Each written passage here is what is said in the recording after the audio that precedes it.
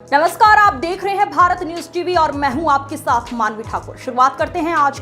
बस्तर संभाग मुख्यालय जगदलपुर शहर के आकांक्षा होटल में जिला कांग्रेस पार्टी द्वारा प्रेस वार्ता का आयोजन किया गया, जिसे छत्तीसगढ़ प्रदेश कांग्रेस अध्यक्ष दीपक बैज के द्वारा संबोधित किया गया। पत्रकारों को संबोधित करते हुए दीपक बैज ने कहा, युक्तियुक्तकरण से 45,000 से अधिक शिक्षकों के पद समाप्त हो जाएंगे। इसके कारण 10,000 स्कूल बंद भी हो जाएंगे। शिक्षकों की नई भर्तियां न करनी पड़े, इसलिए साय सरकार शिक्षकों का युक्तियुक्तिकरण कर रही है। सरकारी शिक्षा व्यवस्था को चौपट करने साय सरकार ने षड्यंत्र रचा है। साय सरकार के इस फैसले का सबसे बड़ा नुकसान बस्तर और सरगुजा के आदिवासी अंचलों में पढ़ने वाले बच्चों पर होगा।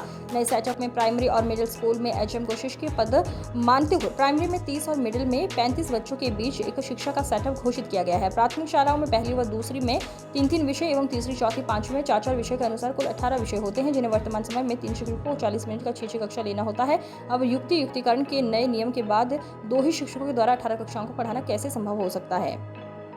भाजपा का घर घर सिंदूर बांटना महिलाओं का अपमान। छत्तीसगढ़ प्रदेश कांग्रेस अध्यक्ष दीपक बैज ने कहा, भाजपा के द्वारा घर घर सिंदूर बांटने का कार्यक्रम महिलाओं का अपमान है। हमारी संस्कृति के अनुसार किसी सुहागन को सिंदूर देने का अधिकार केवल उसके पति का होता है।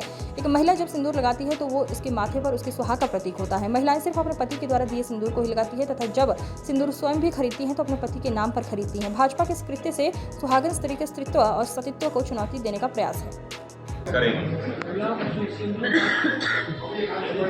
बड़ा दुर्भाग्यजनक है कि भारतीय जनता पार्टी की सरकार निर्णय लिया है कि पूरे देश में घर घर जाकर महिलाओं के लिए सिंदूर मिले। एक तो ऑपरेशन सिंदूर हुआ, उससे पूरे देश की जनता को गर्व था, हमें भी गर्व था।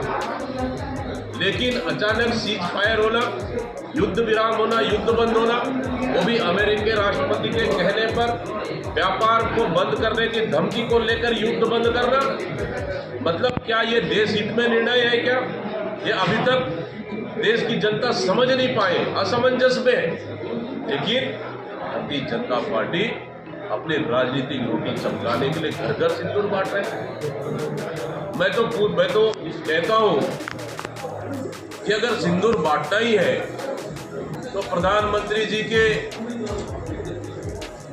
हमारे सम्मानीय जसोदाबेन से शुरू कर देना चाहिए सिंदूर बांटना। वहां से शुरू कर दे तो ज्यादा अच्छा होता। पहला चीज। दूसरा, घर घर सिंदूर बांटने से अच्छा अगर घर घर शिक्षा पहुंचाते तो शायद बेहतर हो, घर घर रोजगार पहुंचाते तो शायद बेहतर हो। लेकिन सिंदूर के नाम से राजनीति करना हमारे संस्कृति परंपराओं के खिलाफ है। इसलिए क्योंकि हमारी माता बहनें शादी के बाद अपनी पति के हाथ का सिंदूर वो लगाते हैं। अगर खुद मार्केट से खरीद के लाते हैं तो पति के नाम से सिंदूर का उपयोग करते हैं। लेकिन ये कौन होते हैं भारतीय जनता पार्टी के नेता कि घर घर सिंदूर बांटने वाले? ये सीधा सीधा महिलाओं का अपमान है। इसके खिलाफ में भी प्रदेश कांग्रेस कमेटी और महिला कांग्रेस जल्द ही बड़ा प्रदर्शन विरोध में करने वाली। प्रदेश के मुख्यमंत्री हमारे बस्तर जिले के दौरे में हैं और हमारे चित्रकूट पंचायत के बाजू नारायणपाल है, उसी गांव में उतर भी रहे। मैं तो भी जाके आ रहा हूं। अभी पिछले समय मामला तो आपको पता है कि दामाद को, मुख्यमंत्री जी के दामाद को, राजकीय दामाद को, हमारे दामाद को खाने पीने का व्यवस्था नहीं हो पाया तो हमारे चित्रकूट के सरपंच के ऊपर एफआईआर और नाका बंद कर दिया था।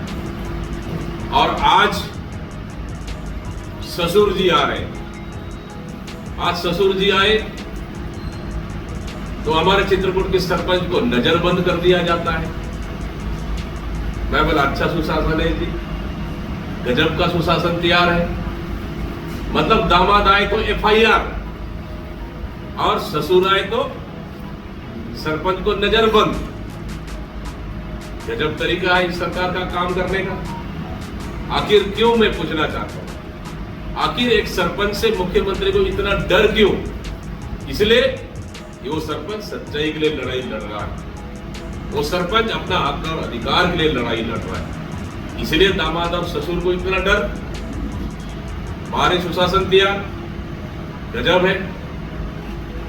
धन्यवाद।